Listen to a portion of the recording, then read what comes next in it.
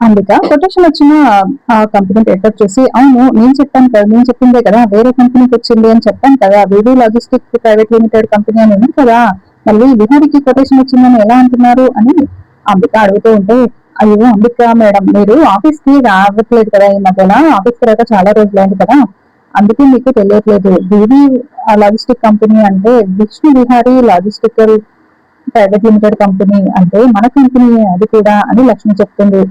అవును అంబిక, మనము వీక్రాఫ్ట్ ఉంది కదా, దానికి సంబంధించింది చిన్న చిన్న భాగాలుగా చేసి ఒక కంపెనీగా వాటిని రిజిస్ట్రేషన్ చేయించాము, ఇది కూడా మన కంపెనీయే అని చెప్తూ ఉంటే అందరూ నించొని క్లాప్స్ కొడుతూ ఉంటారు.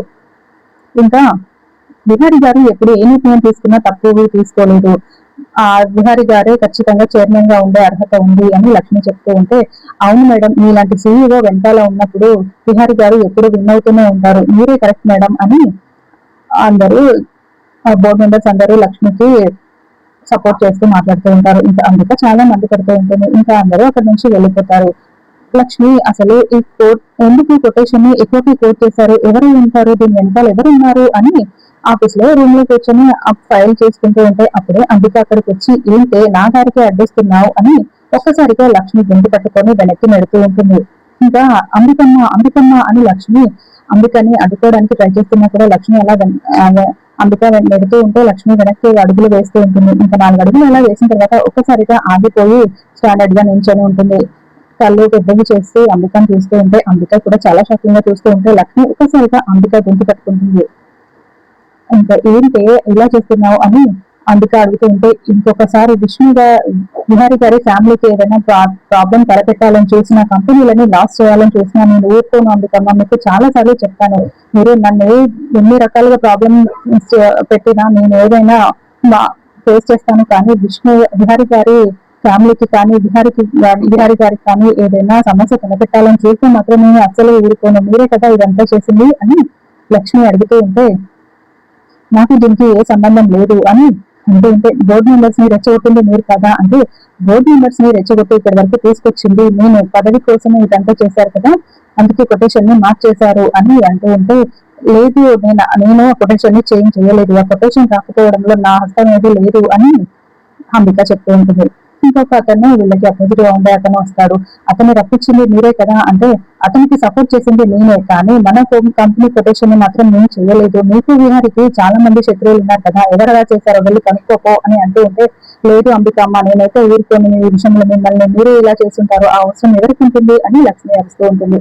నీకు నా గురించి తెలుసు కదా లక్ష్మి, నేను అనవసరంగా ఏది అబద్ధాలు చెప్పను, నీతో మాట్లాడడానికి నాకు ఏమైనా భయమా, ఫేస్ టు ఫేస్ నేను చెప్పేస్తాను కదా, నేను చేయలేదని చెప్పాను కదా, నువ్వు అదెవరో కనుక్కో వెళ్ళి అని అంబిక చెప్తుంది. ఇంకా లక్ష్మి అలా అక్కడి నుంచి వెళ్ళిపోతుంది. అసలు అంబికమ్మ కాకుండా ఇంకెవరు ఉంటారు, బిహారీ గారు ఇక్కడ ఉన్నారు అని లక్ష్మి బయటకు వస్తూ ఉంటే అప్పుడే బిహారీ కారులో ఇంటికి వెళ్తూ ఉంటాడు. నిజంగా మాట్లాడిన మాటల్ని గుర్తు చేసుకుంటూ భయపడుతూ ఇంటికి వెళ్తూ ఉంటాడు. ఇంకా కారు అలా తీస్తూ ఉంటే అప్పుడే లక్ష్మి కారుకు అడ్డుగా వచ్చి నిల్చుంటుంది. లక్ష్మి తప్పుకో, నేను వెళ్ళాలి అని విహారీ అంటూ ఉంటే, నేను మాట్లాడాలి విహారీ గారు, ఒక నిమిషం ఆగండి అనడంతో విహారీ కారు తిప్పి, ఎందుకు లక్ష్మి ఆపుతున్నా, వెళ్లాల్సిందే నేను అని అడుగుతూ ఉంటే, మన కంపెనీకి అపోజిట్ గా ఎవరు విహారీ గారు కోట్ చేశారు, అంత ఎక్కువకి కోట్ చేసింది ఎవరు, మన కంపెనీని లాస్ చేయాలని చూస్తుంది ఎవరు, అది ఎవరో తెలుసుకోరా మీరు అని లక్ష్మి అడుగుతూ ఉంటే, అదంతా తర్వాత లక్ష్మి, ముందు నేను వెళ్ళాలి అని విహారీ అంటూ ఉంటాడు. ఆగండి విహారీ గారు, అసలు అదంతా చేసింది ఎవరు అని అడుగుతూ ఉంటే ఇంకా విహారీకి ఓపిక నశించిపోయి, నేనే చేశాను లక్ష్మి, నేనే ఆ కొటేషన్ ని చేంజ్ చేసింది నేనే అని చెప్తూ ఉంటే, అవునా, అలా ఎందుకు చేశారు అని లక్ష్మి అడుగుతుంది. ఇంకా భుజంగం ఫోన్ చేసి, నువ్వు ఈ కొటేషన్ లో పార్టిసిపేట్ చేసి విన్ అయితే మీ అమ్మాయికి కర్మకాండలు చేసుకోవాల్సి ఉంటుంది, నువ్వు వాటికి రెడీ చేసుకోవాలని చెప్పి ఉన్న విషయాలన్నీ చెప్పడంతో, అవునా, ఇప్పుడు యమునమ్మని మనం కాపాడుకోవాలి కదండి విహారీ గారు అనడంతో, వాడు ఏం ప్రమాదం తలపెట్టాడు ఏంటో, నాకు చాలా భయంగా ఉంది లక్ష్మి అని విహారీ అంటూ ఇంకా ఇద్దరు కారులో బయలుదేరి వెళ్తూ ఉంటారు. మరోవైపు యమున ఇంట్లో ఉంటుంది. అప్పుడు భుజంగం స్వామీజీ లాగా వేషం వేసుకొని ఆ శంఖం ఊదుకుంటూ లోపలికి వస్తూ ఉంటాడు. ఇంకా నేను వద్దని చెప్పిన తర్వాత కూడా మీ కంపెనీకే కొటేషన్ వచ్చేలా చేసుకుంటావా, ఈ రోజు నీ అంత చూస్తాందా, మీ అమ్మ శివం లేవాల్సిందే ఈ రోజు అనుకుంటూ భుజంగం విహారి వల్ల ఇంటి ముందుకు వచ్చి గడప ముందుకు వచ్చి భగవతి భిక్షాందేశి అని అంటూ హరహర శంభో శంకర అని అరుస్తూ ఉంటాడు. ఇంకప్పుడే యమున బయటికి వస్తుంది. స్వామీజీ అని దండం పెడుతూ ఉంటే, హిమాలయాలకి వెళ్తూ పాదయాత్ర చేస్తూ ఇటువైపుగా వచ్చానమ్మా, ఎవరింటికి దగ్గరైనా భిక్ష తీసుకుందామని వచ్చాను, అక్కడక్కడ భిక్ష తీసుకుంటూ ఉంటాను అని చెప్తూ ఉంటాడు. అవునా స్వామీజీ, రండి లోపలికి అని ఈ అమ్మ చెప్తుంది.